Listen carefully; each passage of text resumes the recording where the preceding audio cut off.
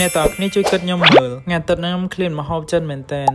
ប៉ុន្តែអ្នកតើគ្នាហាងចិនទៅហ្នឹងគឺមនុស្សច្រើនហើយឡើងត្រង់ជួបគ្នាពេញហ្នឹងខ្ញុំថាទៅញ៉ាំស្រាវកើនៅទូកោប៉ុន្តែមានណាឃើញមនុស្សច្រើនពេកទៅខ្ញុំក៏បានចូលហាងសាច់អាំងនេះនៅចិត្តហាងហ្នឹងហ្មងទៅតែហាងសាច់អាំងហ្នឹងគឺមានឈ្មោះថាប្រុសកូរ៉េអ្នកតើគ្នាហើយសម្រាប់សេតដែលខ្ញុំបានយកនេះគឺតម្លៃតែ16រៀលទេហើយសេតរបស់គេញ៉ាំ2នាក់លើសលប់មែនតើមានតាំងសាច់អាំងនឹងមួយឈុតហើយនៅក្នុងសេតហ្នឹងមានសាច់ឌីរបស់កូរ៉េយ៉ាងហ្នឹងហើយនឹងមានពងមាន់ចំហុយកូរ៉េឬក៏ពងទាអ្នកតើគ្នាខ្ញុំភ្លេចបាត់ទេសម្រាប់ពងមាន់ចំហុយនៅក្នុងសេតហ្នឹងអ្នកតើគ្នាឆ្ងាញ់មែនតើខ្ញុំអត់ដែរញ៉ាំរសជាតិបែបហ្នឹងទេអ្នកតើគ្នាមើលតែសម្រាប់ពងមាន់នេះឡើងលឿងឡើងគួរឲ្យចង់ញ៉ាំហ្មងណាប៉ុន្តែម្យ៉ាងម្នាក់ខ្ញុំក៏គួរឲ្យចង់ញ៉ាំមែនតើហេអ្នកតើគ្នាមានណាខ្ញុំនិយាយលេងតាអូអ្នកតើគ្នាខ្ញុំចាប់អារម្មណ៍ផ្ទះគេនេះប្រហែលជាផ្ទះរបស់ជនជាតិកូរ៉េដើមហ្មងគេយកមកធ្វើសាច់អាំងញ៉ាំដូចយើងមានបែងគោឡើងភ្នំអីហ៎